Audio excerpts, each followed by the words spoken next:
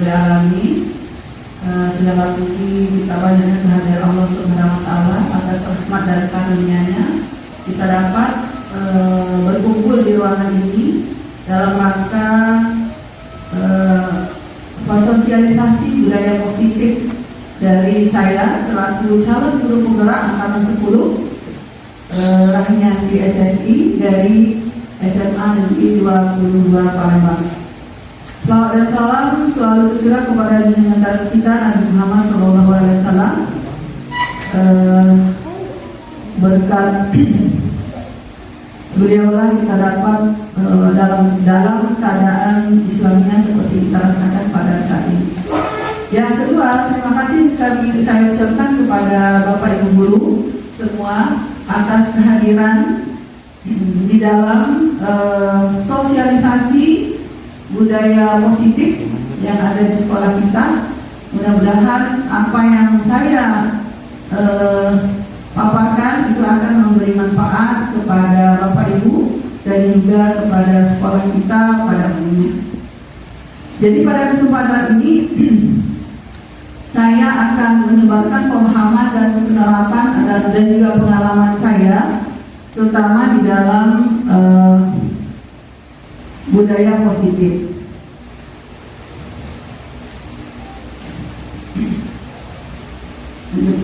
Nah, budaya positif itu banyak hal yang perlu kita terapkan di sekolah. Jadi pada konsep inti budaya positif di sini ini ada 8 ya. Jadi ada 8 yang bisa kita terapkan di sekolah kita. Yang pertama yaitu perubahan paradigma belajar. Yang kedua disiplin positif. 3 yaitu tentang nilai-nilai kebajikan. Kemudian kebutuhan dasar manusia. Yang kelima motivasi perilaku manusia. Yang keenam itu posisi kontrol guru. 7 tentang keyakinan kelas. Dan yang ke-8 itu segitiga resolusi. Nah, kita mulai dari apa itu pembelajaran dengan paradigma baru. Nah, pembelajaran dengan paradigma baru merupakan pembelajaran dirancang berdasarkan prinsip pembelajaran yang berdiferensiasi sesuai kebutuhan dunia berdasarkan tahap perkembangan sesuai teori psikologi modern untuk mewujudkan profil pelajar Pancasila seperti yang sudah kita jalankan dalam program P5 ya Bapak Ibu, yaitu ada 6 profil pelajar Pancasila. Yang pertama itu beriman bertakwa kepada Tuhan Yang Maha Esa dan berakhlak mulia, kemudian berkebinekaan global, bergotong royong, kreatif, bernalar kritis dan mandiri.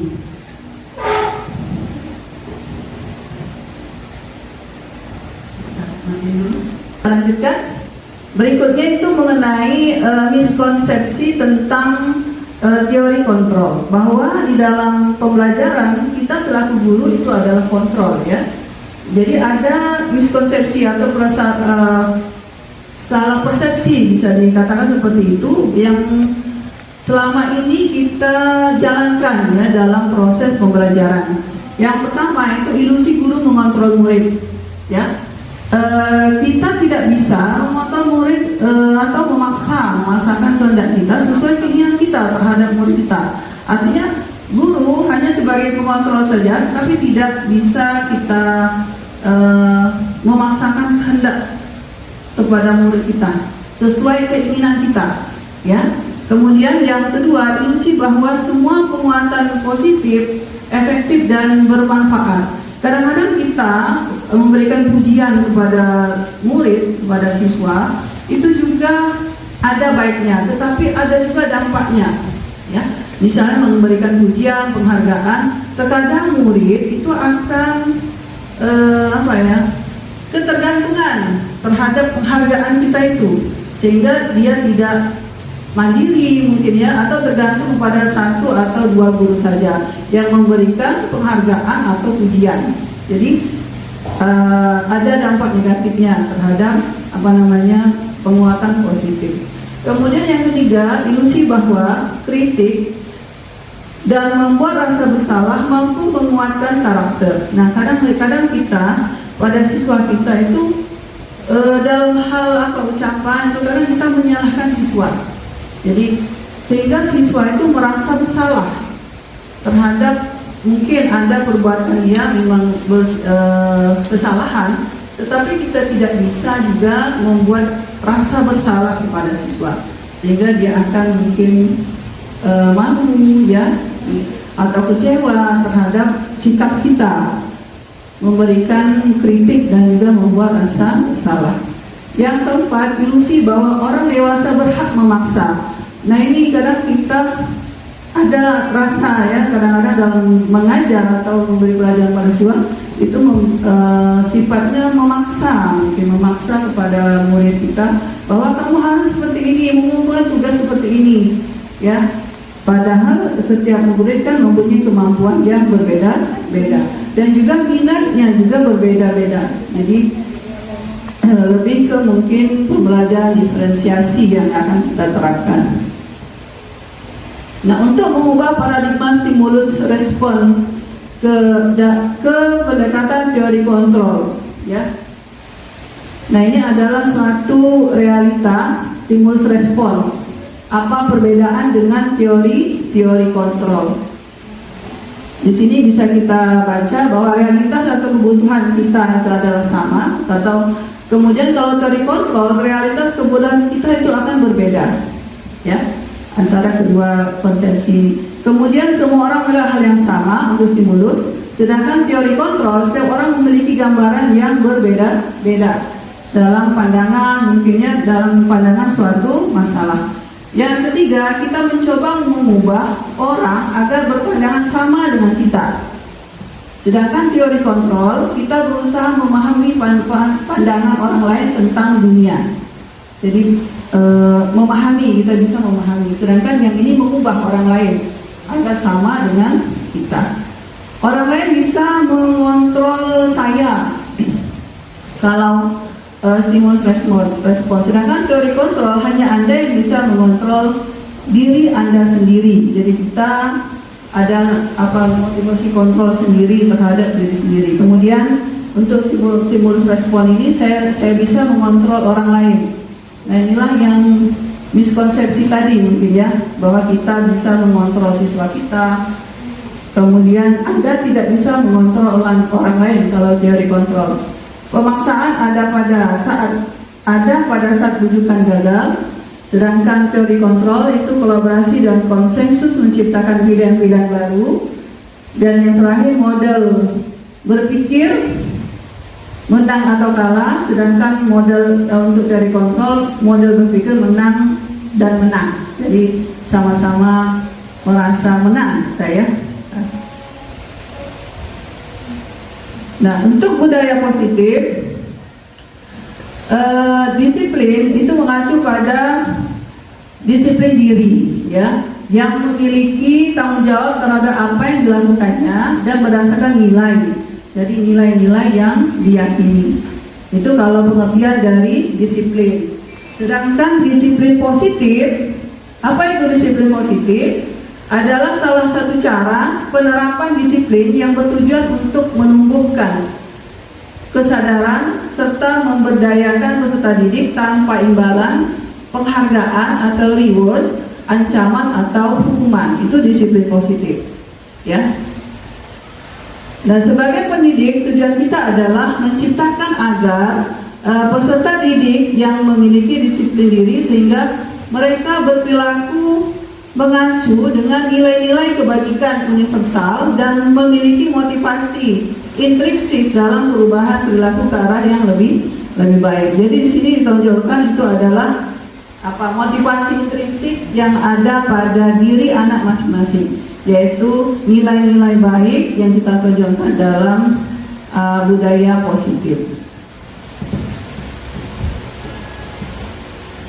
Nah, nilai-nilai kebajikan yang bagaimana yang akan kita terapkan dalam budaya positif, ya.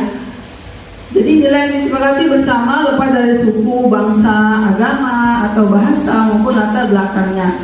Ada 3 contoh nilai kebajikan institusi atau organisasi yang kita terapkan di sekolah itu adalah nilai-nilai profil pelajar Pancasila.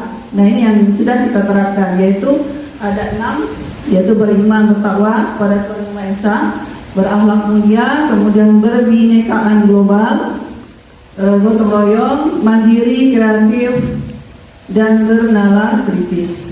Nah, contoh yang lain masih ada, misalnya di sini ada program PIP atau Ibo Primary Years Program, yaitu toleransi, rasa hormat, kemudian integritas, mandiri, menghargai, antusias, empati, keingintahuan, kreativitas, kerjasama, percaya diri, dan komitmen.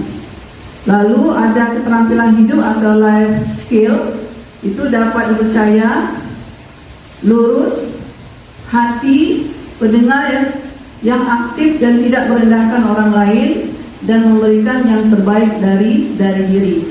Jadi inilah nilai-nilai kebajikan yang bisa kita terapkan di dalam kelas kita atau di dalam sekolahan secara umum. Nah, Bapak Ibu mungkin ada yang mau ditanyakan, boleh kalau ada yang mau bertanya. Kalau tidak ada akan kita lanjutkan. Baik, lanjut. Nah, berikutnya tadi adalah salah satu itu ada kebutuhan dasar manusia.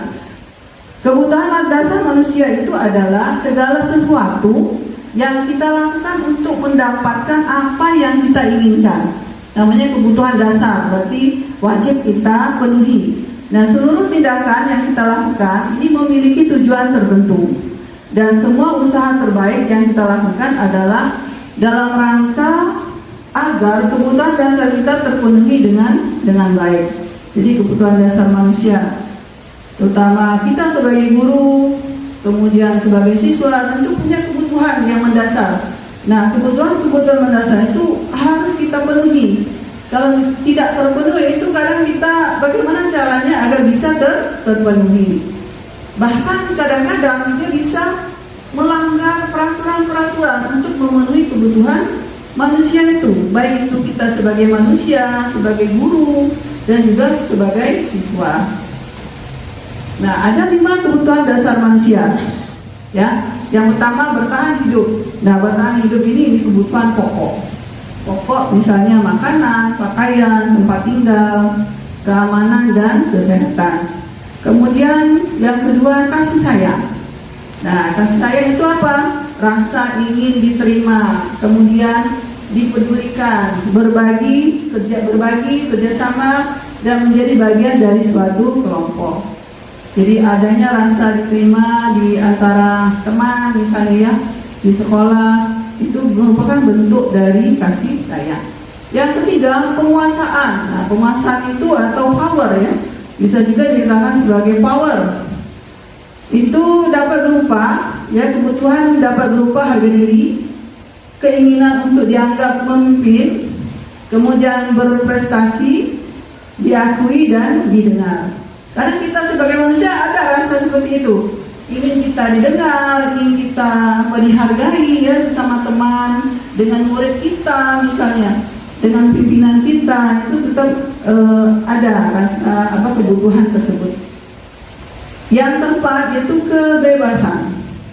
Nah, yang kebebasan itu kebutuhan akan hal mandiri, memiliki pilihan. Misalnya kita bisa memilih sesuai dengan keinginan kita, atau mencoba hal baru dan mampu mengendalikan arah dirinya.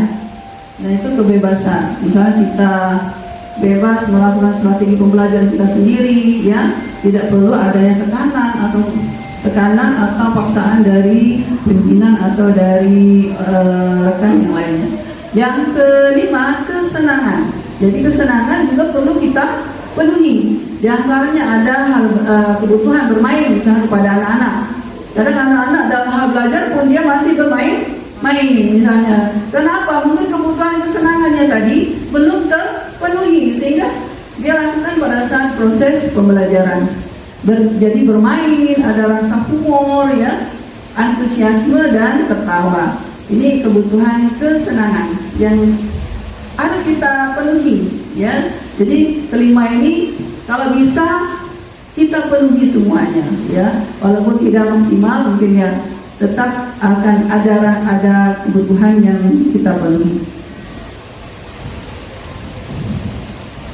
Kemudian di dalam budaya positif itu ada bermacam-macam motivasi perilaku manusia, ya. Ada dua, satu motivasi ekstrinsik, yaitu motivasi yang berasal dari luar. Ada motivasi intrinsik yang memang berasal dari diri kita sendiri, ya. Kalau motivasi ekstrinsik tujuannya itu kadang-kadang untuk menghindari ketidaknyamanan atau hukuman. Misal, seorang anak itu mengerjakan tugas dasar motivasinya apa? Kadang mereka menghindari hukuman dari guru atau menghindari hukuman dari gurunya, ya. Atau bisa juga untuk mendapatkan imbalan atau penghargaan dari gurunya atau dari orang lain. Jadi motivasi yang dari ekstrinsik itu bisa juga karena ada hadiah, misalnya ada hadiah atau imbalan dari gurunya, ya. Sedangkan yang kedua motivasi intrinsik, yaitu motivasi yang memang keluar dari dirinya sendiri, ya. Jadi untuk menjadi orang yang mereka inginkan dan menghargai diri sendiri dengan nilai-nilai mereka percayai. Jadi nilai-nilai kebajikan itu tumbuh dengan sendirinya, ya, dari dirinya sendiri, sehingga tanpa disuruh anak-anaknya sudah mengerjakan. Nah, itu yang wajib kita gali pada anak-anak atau pada murid kita. Jadi motivasi intrinsik ini, sehingga bisa dalam hal mengerjakan tugas, jadi siswa sudah memiliki motivasi sendiri, apa tujuannya yang akan dilakukan, apa dampaknya terhadap mereka. Jadi mereka sudah bisa memilah dan memilih, mungkin ya, dengan hal-hal kebajikan yang baik tentunya. Nah, ini perbedaan perilaku manusia tadi, ya. Ada tiga hal. Yang pertama hukuman, yang kedua konsekuensi, dan yang ketiga restitusi, ya. Teori kontrol ini ada tiga ini. Kalau bentuk hukuman, biasanya kegiatannya tidak terencana. Jadi kita tidak merencanakan hukuman itu tiba-tiba saja. Kadang-kadang ada anak kita yang melanggar aturan lalu kita berikan hukuman, ya. Kemudian murid tidak tahu apa yang akan terjadi atau tidak dilibatkan dalam hal hukuman ini. Artinya hanya satu arah, bersifat satu arah dari gurunya ke muridnya, dan juga kadang-kadang bersifat fisik, ya, psikis. Baik bisa berupa verbal, perkataan, bisa juga berupa psikis. Contoh, misalnya siswa kita terlambat, lalu kita sebagai pemberi hukuman akan memberikan hukuman kepada siswa, baik sebagai verbal maupun sebagai psikis. Kalau sebagai psikis misalnya, silahkan kamu keliling lapangan sebanyak 10 kali. Itu bentuk hukuman berupa psikis. Atau dengan kata-kata, misalnya dengan kata-kata yang kasar, kemudian dengan kata-kata yang tidak enak didengar. Nah, itu juga berupa hukuman.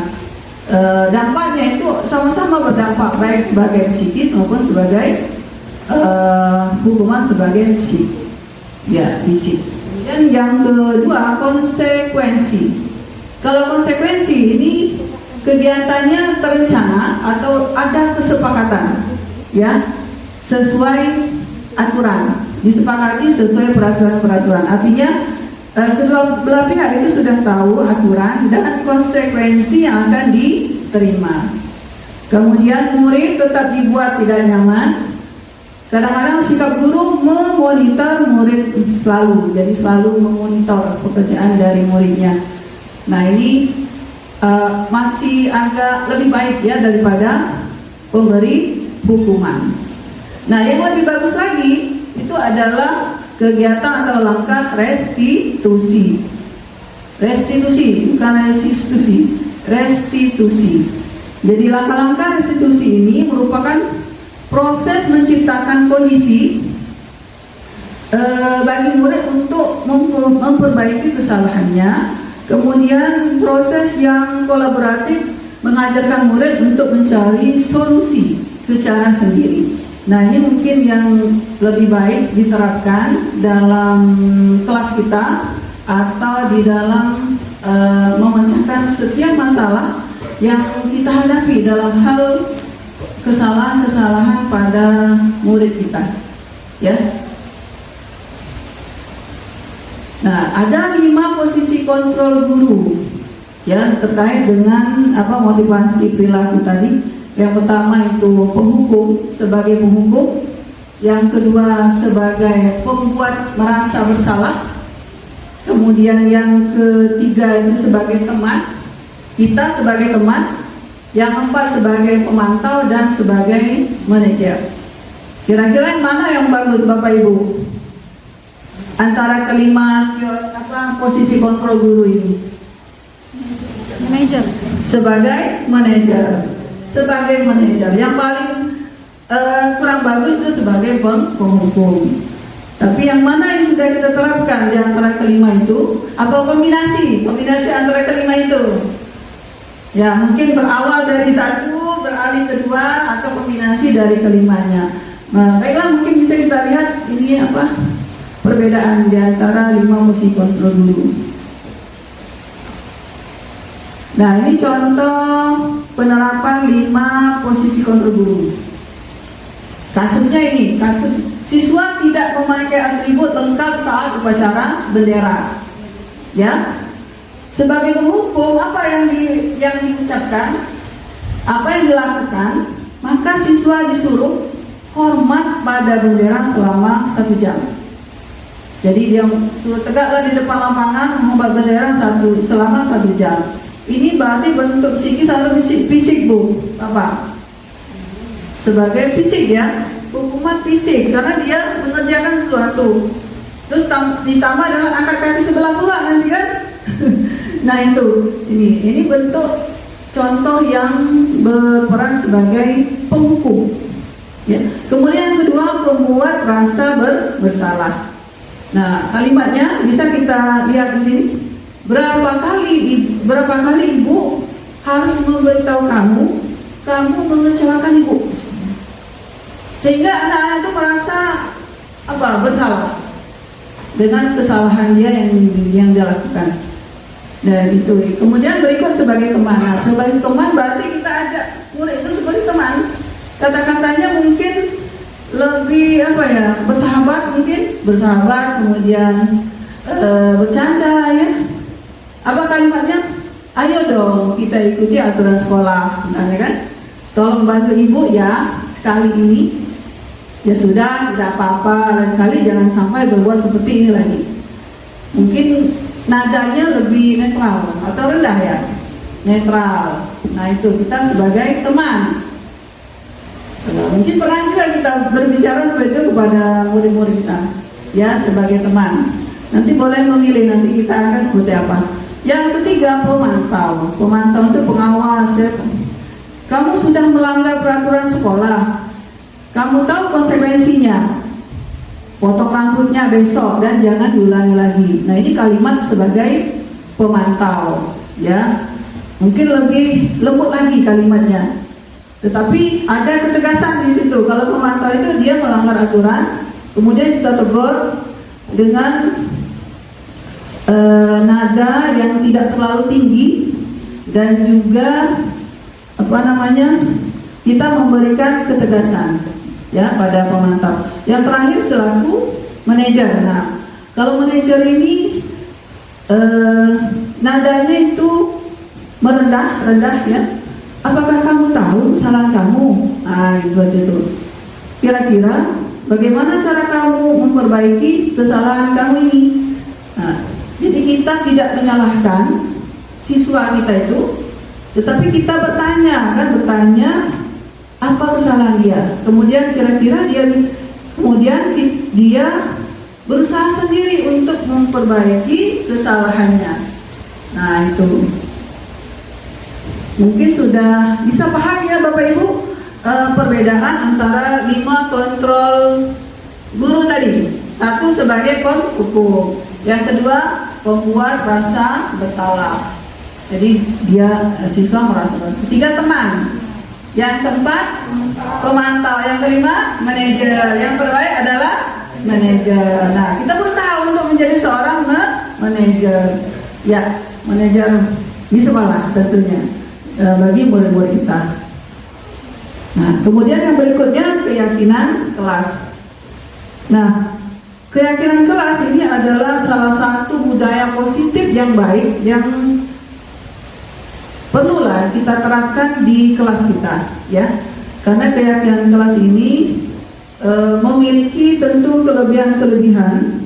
Mengapa keyakinan kelas? Mengapa bukan peraturan kelas? Kalau peraturan itu kita lebih ke sepertinya memaksa anak.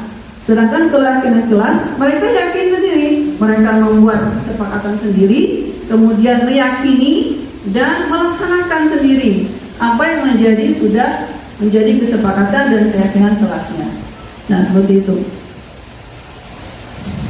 Nah, pembentukan keyakinan kelas ini bisa difasilitasi oleh guru atau wali kelasnya, boleh guru atau wali kelas di kelas. Bagaimana kesepakatan yang dibuat sebaiknya itu sebelum proses pembelajaran berlangsung. Misalnya di tahun-tahun awal ajaran baru, kita masuk kelas lalu kita buat keyakinan kelas. Jadi diajak bersama murid-murid kira-kira apa yang membuat apa saja yang kira-kira membuat mereka senang belajar di kelas. Nah, ada beberapa ketentuan-ketentuan. Pertama bersifat abstrak, kalimat-kalimatnya itu ya. Kemudian berupa pernyataan yang universal, maksudnya bersifat umum dan bisa dipahami oleh semua siswa. Kemudian kalimatnya itu cukup sedikit saja tetapi masih bisa diingat, mudah diingat, sesuai dengan kondisi kelas dan sekolah sehingga mudah untuk diterapkan. Dan yang terakhir, semua warga sekolah atau warga kelas dilibatkan saat membuat keyakinan kelas. Jadi guru bersama siswa sama-sama nanti membuat kesepakatan dan keyakinan kelas untuk keyakinan kelas. Nah, tadi langkah-langkah dalam segitiga restitusi berikutnya. Di sini segitiga restitusi maka disebut mengapa segitiga karena memang bentuknya itu seperti segitiga, ya. Proses dialog yang dijalankan oleh guru agar dapat menghasilkan murid yang mandiri dan bertanggung jawab. Inilah yang sebenarnya kita harapkan kepada siswa kita, pada murid-murid kita semua, yang menghasilkan murid yang mandiri dan bertanggung jawab. Ada 3 langkah di dalam segitiga restitusi.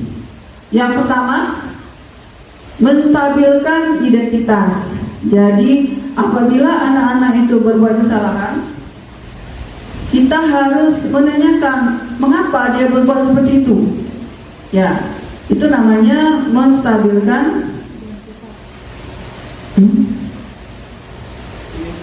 Ya, belum. Nah, menstabilkan identitas. Kemudian yang kedua, validasi tindakan yang salah. Apa yang dilakukan pada saat apa yang dilakukan? Ya, kesalahan apa yang dibuatnya mungkin ya itu. Kemudian baru yang terakhir itu menanyakan keyakinan kelas. Jadi ada 3 tahapan ini yang harus kita lakukan. Menstabilkan identitas. Ini merupakan ini berdasarkan prinsip yaitu membuat kesalahan bagian dari proses pembelajaran. Jadi kalau menstabilkan identitas itu kita tidak perlu marah-marah sebenarnya. Tidak usah marah, tidak marah, tetapi kita membuat suatu pernyataan mungkin, oh kamu berbuat seperti itu pasti ada tujuannya. Kita tanya dulu, apa faktor penyebab dia melakukan suatu kesalahan. Nah ya,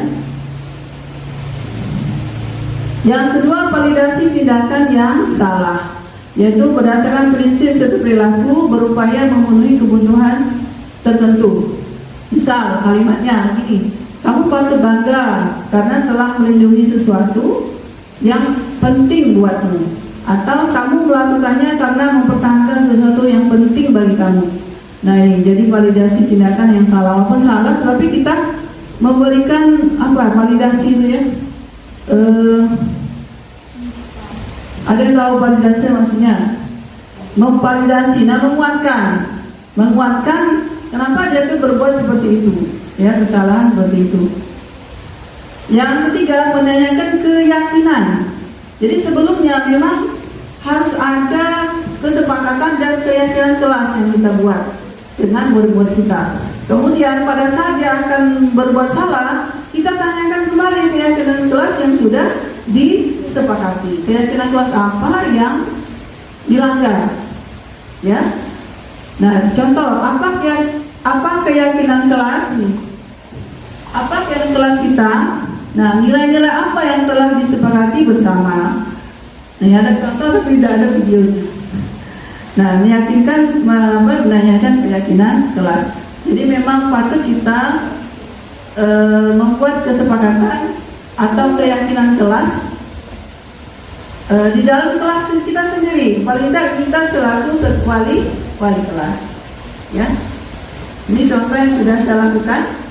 Tetapi ada videonya, mungkin tidak bisa ada videonya tapi tidak bisa diterapkan. Nah, ini contoh, jadi dipanggil siswanya ke kantor lalu ditanyakan apa faktor penyebab dia melakukan kesalahan, kemudian tujuannya, lalu kita menanyakan kembali keyakinan kelas apa yang sudah dilanggar. Nah itu saja yang untuk langkah-langkah restitusi. Ya Bapak Ibu. Mungkin bentuk sosialisasi, mudah-mudahan apa yang saya paparkan akan mendapatkan manfaat bagi kita, terutama bagi murid-murid kita ke depannya. Demikian saya akhiri dan saya tutup dengan Assalamualaikum warahmatullahi wabarakatuh.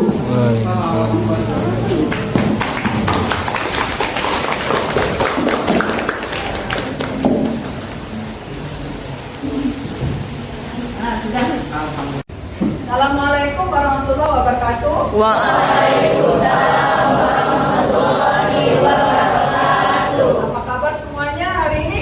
Baik. Alhamdulillah baik ya. Jadi sesuai dengan perkataan ibu kemarin bahwa hari ini kita akan membuat suatu keyakinan kelas. Apakah ada yang sudah pernah mendengar apa itu keyakinan kelas? Oh, ada yang pernah, ada yang belum? Ya, jadi pada awal tahun ajaran baru kemarin kita sudah membuat suatu kesepakatan. Nah ini ya, kita akan membuat lagi keyakinan kelas. Ya, mengapa harus keyakinan kelas? Nah, keyakinan kelas itu kalau diartikan itu hampir sama dengan peraturan. Ya, peraturan. Nah, kalau di sekolah kita memiliki peraturan sekolah. Nah, peraturan sekolah kalau datang harus tepat waktu. Jam berapa kita tepat waktu? Jam 7 harus datang ke sekolah. Kemudian kalau seragam sepatu harus apa? Harus warna hitam. Jadi itulah peraturan sekolah dan semua peraturan itu harus dipatuhi, ya. Nah, begitupun dengan keyakinan kelas. Jadi di kelas kita memiliki peraturan, ya, peraturan yang diyakini oleh setiap anggota kelas. Itu kelas 10-11. Jadi keyakinan kelas. Mengapa harus keyakinan kelas tadi? Karena dengan keyakinan kelas, maka kalian sendiri akan meyakini kesepakatan yang kalian buat, ya.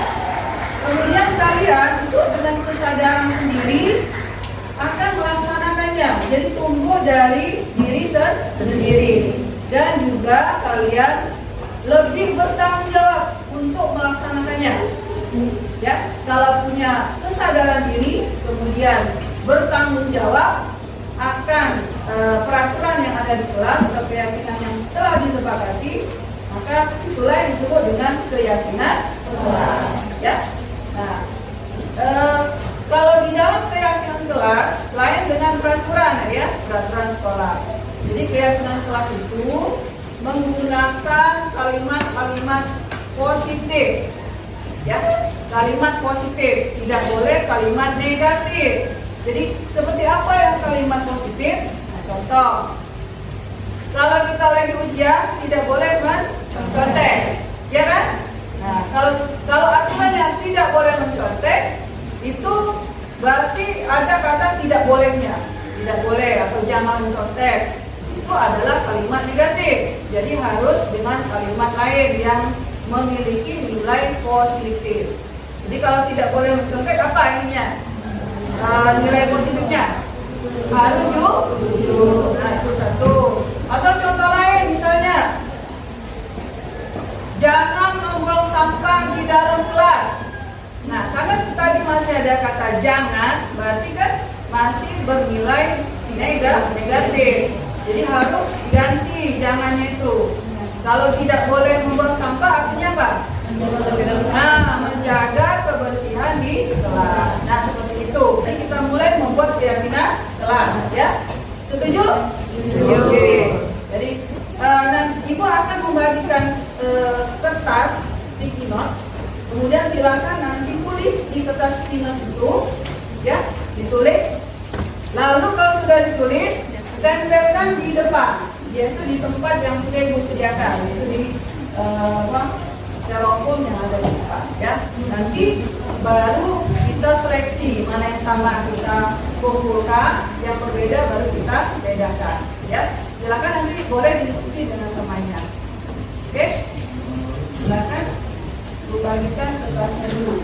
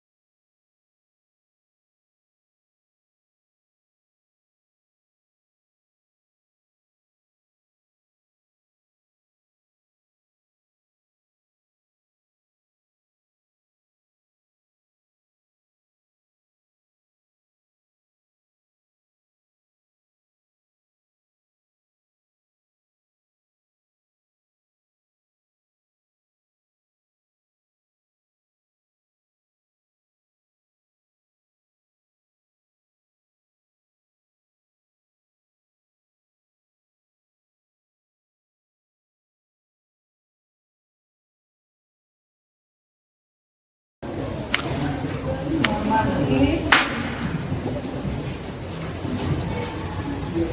saling menghargai,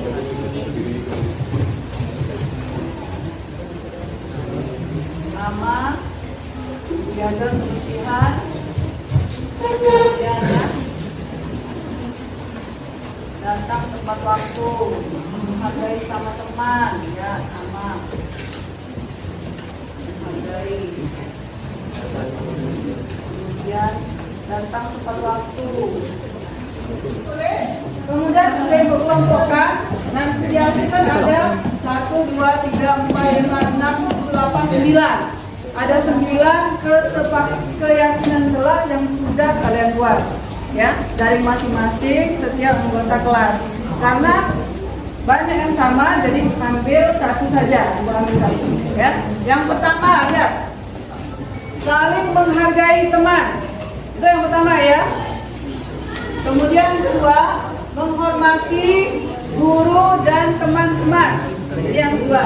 Yang ketiga, menjaga fasilitas di kelas.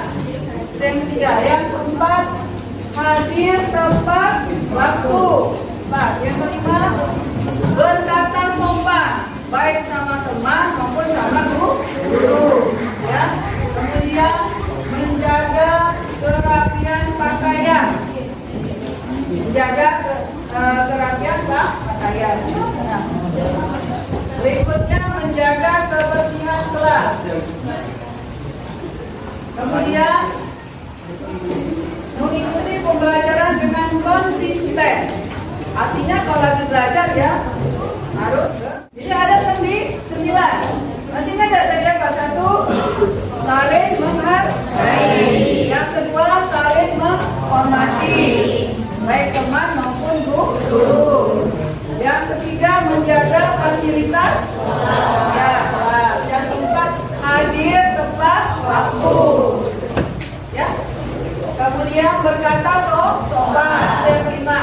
Yang keenam, menjaga kerapihan pakaian. Nah, ini ada yang tidak rapi berarti, ya.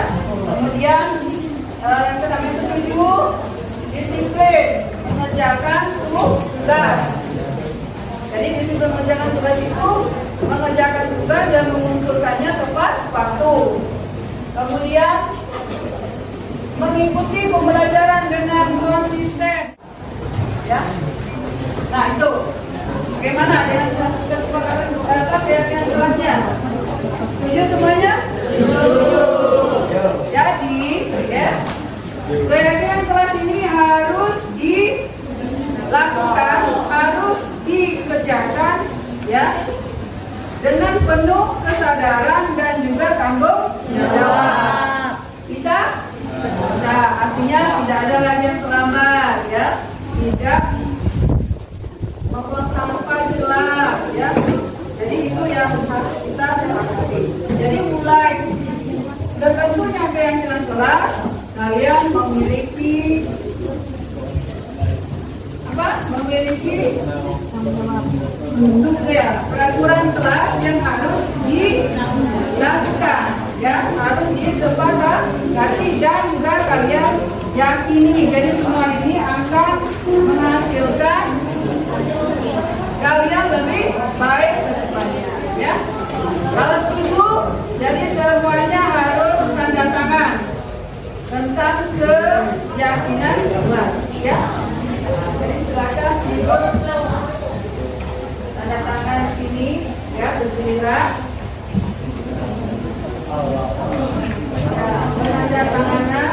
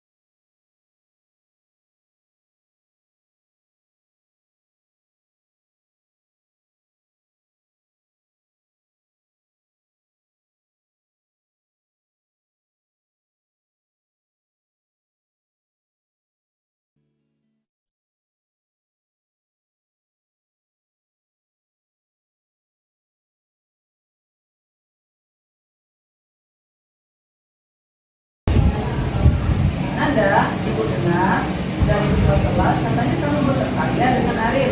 Iya Bu, habisnya kesal sih. Kenapa kesal? Arif selalu menjaga kerjaan saya Bu, bukan hanya PR dan itu contek. Oh gitu, wajarlah kamu kesal. Jika ibu posisi kamu juga akan berbuat hal yang sama. Iya Bu, Lalu apa yang kamu lakukan terhadap Arif? saya marah-marah bersama Arif dan tanpa sadar saya mengerjakan kerja Arif. Oh begitu, kamu berbuat seperti itu pasti ada alasannya ya. Iya lah Bu, masa diam saja saya berusaha saya mengerjakan PR dari PR, tapi Arif hanya mencontek juga saya Bu. Ya wajarlah kamu berbuat seperti itu. Kamu tidak rela bertanggung contek oleh Arif. Itu sangat menghargai perbuatan kamu untuk tidak berbuat hal yang lebih buruk lagi. Misalnya memukul. Sekarang coba kita pikirkan, apakah sikap kamu mendobrak meja itu sesuai dengan keyakinan kelas atau tidak? Menurut kamu, keyakinan kelas apa yang sudah dilanggar? Saling menghormati anak teman. Ya betul. Menurut kamu, saling menghormati antar teman itu penting tidak untuk kamu? Mungkin Bu, Baiklah kalau begitu, menurut kamu itu penting. Jadi keyakinan kelas apa yang harus kamu lakukan pada saat kamu marah? teruskan saya. Baiklah kalau begitu, kamu bersedia memperbaiki masalah ini? Bersedia Bu. Apa yang akan kamu lakukan untuk memperbaiki masalah ini? Saya harus bersabar Bu dan mengingatkan saya kalau ada yang mencontek. Dan saya juga akan melakukan sebagai masuk agenda dan manipulasi. Ya, betul sekali tindakan kamu Nanda. Sekarang silakan kembali ke kelas ya. Assalamualaikum warahmatullahi wabarakatuh. Perkenalkan nama saya Aprilia dari kelas 10 Di sini saya akan menyampaikan pesan yaitu saya sangat senang sekali dalam membuat kegiatan kelas. Ini sangat penting bagi kami karena dapat menunjukkan rasa-rasa yang menghormati sesama teman. Terima kasih. Wassalamualaikum warahmatullahi wabarakatuh. Assalamualaikum warahmatullahi wabarakatuh. Perkenalkan nama saya Aprilia dari kelas 10 Di sini saya akan menyampaikan pesan yaitu saya sangat senang sekali dalam membuat kegiatan kelas. Ini sangat penting bagi kami karena dapat menunjukkan rasa-rasa yang menghormati sesama teman. Terima kasih.